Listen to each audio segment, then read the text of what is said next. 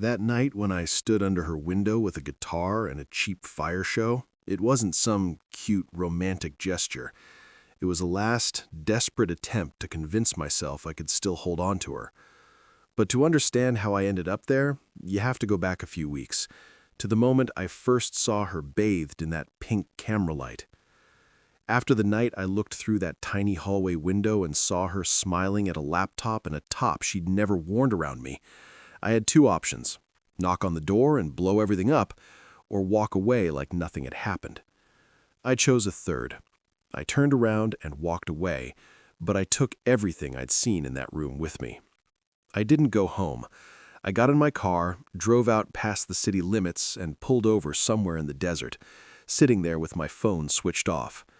There's always too much light over Vegas, even at night, but that night it felt completely dark. I replayed the same image in my head over and over. Pink light, her voice saying, "Thanks for joining tonight," her nervous laugh, and that line, "No recording, we keep it private here."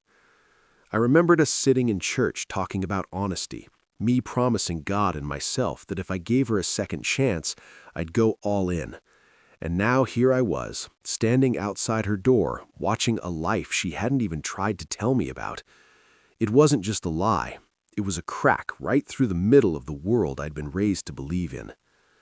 In the morning, I finally went to see her. I hadn't slept at all. My head was buzzing. But inside, I felt this strange calm, like the moment right before you take a hit. I'd rehearsed a bunch of adult lines in my head. "We need to talk. I saw something. Tell me what's going on." She didn't open right away. I heard movement inside, footsteps, something falling over, the snap of a laptop closing. When the door finally swung open, Emily looked like someone who'd slept 3 hours at best. Stretched out t-shirt, hair thrown into a loose ponytail, pillow marks on her cheek. "You're early," she said, trying to smile. "Everything okay?" I looked her in the eye and knew I couldn't pretend this was a normal morning.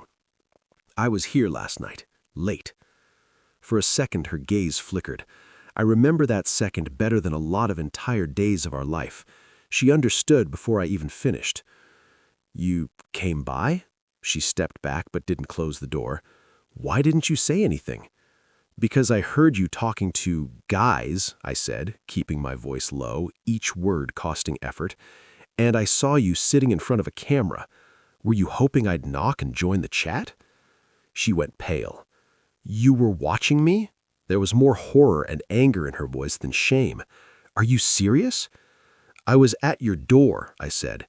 "You're the one who decided to live two lives." We went inside. The door shut behind us, and her tiny living room instantly felt too small. The laptop sat on the table, neatly closed, like it had nothing to do with any of this. She walked around picking things up off the floor, as if straightening the room could hide what had already happened. "It's work, Jake," she said finally. "Just work.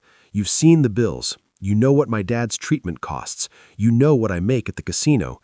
Did you really think I could cover all of that on blackjack tips?" "Work?" I laughed, but it was that kind of laugh you want to stop yourself. "You were standing in lingerie in front of a camera telling random men it was just between us. That's not work. That's—" I couldn't find a word that didn't sound like a sentence. "It's not cheating," she cut in. "No one touches me. No one lays a hand on me. I'm not going to hotels with them. I'm sitting in my own room doing the same thing thousands of girls do just to stay afloat. And you're the one peeking through windows." That line hit harder than I expected, because part of it was true.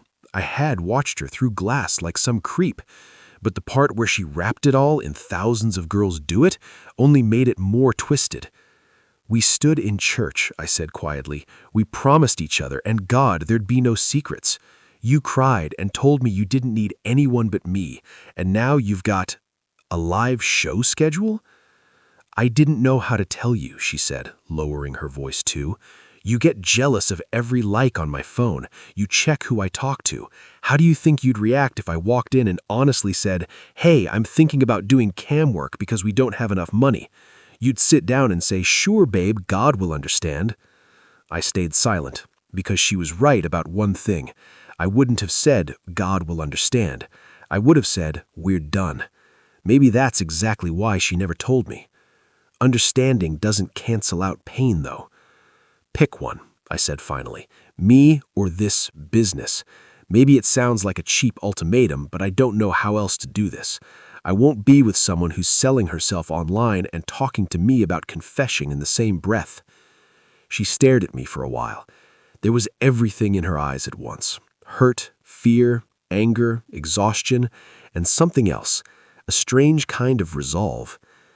"And if I say fine, I quit, you're suddenly going to trust me?" she asked. "You're going to stop checking my phone? Stop timing how long I'm gone? Stop looking at every guy around me like he's a threat?" I didn't answer, because we both knew the answer. "Exactly," she said. "You're already living like I'm guilty every minute, even when I'm doing nothing. You wanted me to go to church? I went. You wanted me to tell the priest everything? I did. You said you forgave me, but all you did was change the punishment. You turned my life into an investigation." She walked past me to the door and opened it. "I need a break," she said. "Not we're done forever, just a break. I'm not making some huge decision with your ultimatum hanging over my head. I want at least a couple of months without feeling watched every time I breathe." "So you're choosing the job, not me." "I'm choosing a way to pay for the house my parents live in and the chance to breathe once in a while. If you want to come back when you've cooled down, text me. If not, maybe that's how it's supposed to be." I walked out, but I didn't cool down. The break stretched like a tourniquet. At first, I waited for her to text me. Then I waited for myself to text her. In the end, we both chose silence. I deleted her number, but still knew it by heart. I took our picture off my lock screen, but every time I turned my phone on, my thumb instinctively searched for her face. At work, I picked up extra shifts just to think less. The guys joked I was married to the metal detector. But a break isn't an ending. It's this weird form of hope that gives you a chance and kills you a little bit every day. Sometimes I drove past her building by accident, parked a block away and watched to see if her lights were on. Once I saw her come out with another girl, both laughing, carrying shopping bags. My brain immediately went into interrogation mode. Who's that girl? Which building does she live in? Does she have a boyfriend? Like this was some crime scene instead of two friends going home. More than once, I almost called. My fingers would reach the last digit, and I'd throw the phone onto the passenger seat. Every time, her words came back. "If you can't forgive me, why are you even here?" By December, Vegas started dressing up for Christmas. Casinos put up fake trees and cheap garlands. The radio looped the same 3 holiday songs. People flew in to lose their Christmas money, and I stood at the door watching other couples hold hands, laugh, argue about which show to see next. That's when the idea hit me, one that felt stupid and brilliant at the same time. If I couldn't convince myself I could still love her, maybe I could at least prove it to her, and maybe through that, prove it to God that I wasn't a total lost cause. I decided to do something I always thought was corny and childish, a big gesture. Big enough that she couldn't ignore it.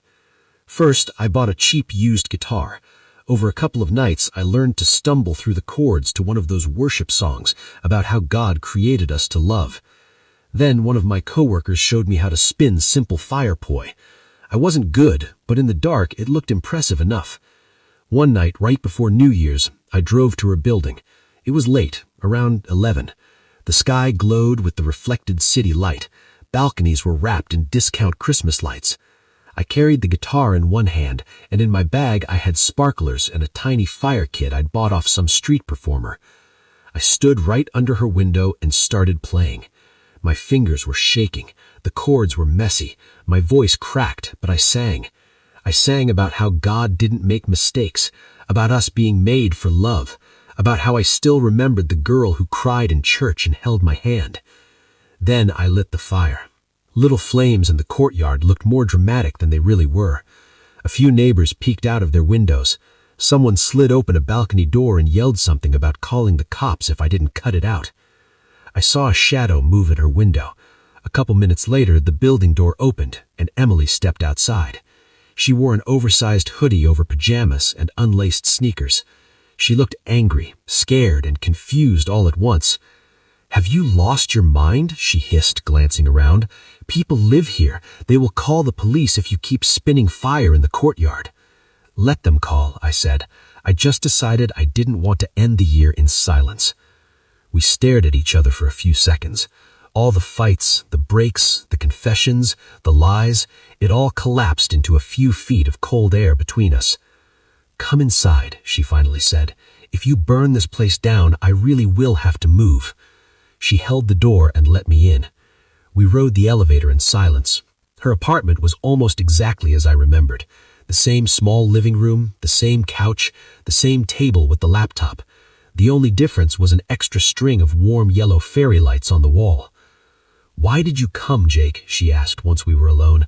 "If this is just another interrogation, I can't do it." "It's not an interrogation," I said. "I'm tired of fighting.